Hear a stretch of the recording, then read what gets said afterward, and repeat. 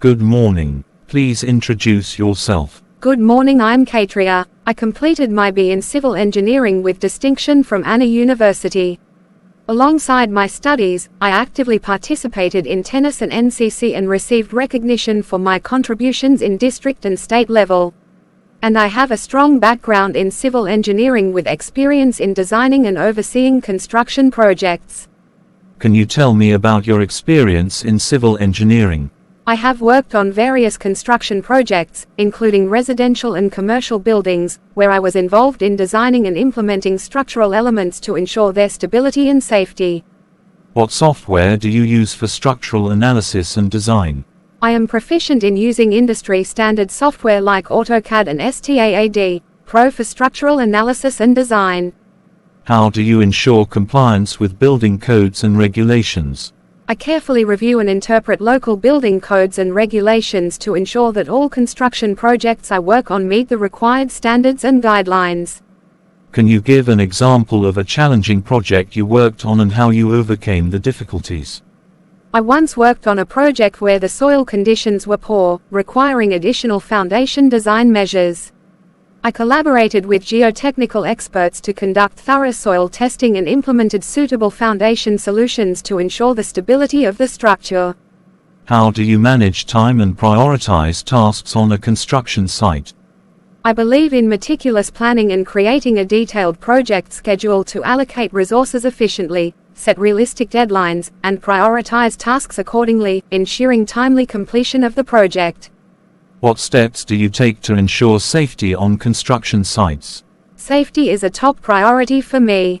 I conduct regular safety inspections, enforce strict adherence to safety protocols, and provide training to workers on the proper use of safety equipment and procedures to mitigate potential hazards.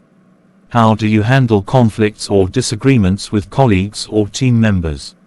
I believe in open and effective communication.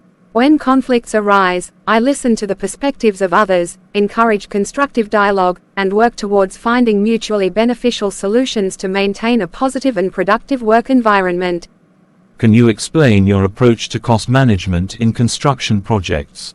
I adopt a proactive approach to cost management by closely monitoring project expenses, regularly updating budget forecasts, seeking cost-effective alternatives without compromising quality, and negotiating favorable contracts with suppliers and subcontractors. What is the purpose of a survey in civil engineering?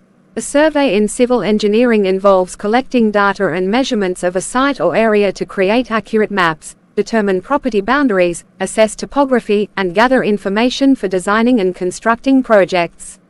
What are the primary responsibilities of a civil engineer on a construction site? The primary responsibilities of a civil engineer on a construction site include supervising construction activities, ensuring compliance with design specifications and building codes, managing project resources, resolving technical issues, and overseeing the quality and safety of the construction process. What are the key differences between a beam and a column in structural engineering? In structural engineering, a beam is a horizontal or sloping member that primarily resists bending moments, while a column is a vertical member designed to primarily resist compressive forces. Beams typically support loads and transfer them horizontally, while columns primarily support vertical loads. What is the purpose of soil compaction in construction? Soil compaction is performed in construction to increase the density and strength of the soil. It ensures stable foundations, minimizes settlement, improves load-bearing capacity, and reduces the potential for soil erosion. Can you explain the concept of a bearing capacity in foundation design? Bearing capacity refers to the ability of the soil to support the loads imposed by a structure without excessive settlement or failure. It is a critical consideration in foundation design to ensure that the soil beneath the foundation can safely carry and distribute the building loads. Can you explain the concept of load-bearing capacity in structural design? Load-bearing capacity refers to the maximum amount of load or weight a structure can safely support without experiencing failure or deformation. It is determined by considering factors such as the material strength, structural design, and anticipated loads on the structure. What are the main factors to consider when selecting a suitable foundation for a building? When selecting a foundation for a building, key factors to consider include soil conditions, the weight and type of the structure, the presence of groundwater, and any potential environmental factors that could affect the stability of the foundation. What is the purpose of a geotechnical investigation in civil engineering? A geotechnical investigation is conducted to assess the physical properties of the soil and rock at a construction site. It helps determine the suitability of the soil for supporting structures, identify potential hazards such as landslides or sinkholes, and provide valuable information for foundation design and construction methods. How do you calculate the bearing capacity of a shallow foundation? The bearing capacity of a shallow foundation is calculated using methods such as Tezagi's bearing capacity theory. This involves analyzing factors such as the cohesion and angle of internal friction of the soil, the width and depth of the foundation, and the applied load to determine the maximum safe bearing capacity. What is the purpose of a retaining wall in civil engineering? A retaining wall is a structure designed to resist lateral pressure from soil or other materials and prevent the collapse or erosion of a slope. It is commonly used to create level ground, support excavations, and provide stability to structures built on hillsides or near water bodies. What is the difference between reinforced concrete and pre-stressed concrete? Reinforced concrete is a combination of concrete and reinforcement, usually steel bars or mesh that work together to resist tension and compression forces. Pre-stressed concrete, on the other hand, involves pre-tensioning or post-tensioning steel tendons within the concrete to actively induce compressive stresses, enhancing its load-bearing capacity and reducing potential cracking. What is the purpose of a culvert in civil engineering? A culvert is a structure used to allow the passage of water, such as a stream or drainage flow, beneath a roadway, railway, or embankment.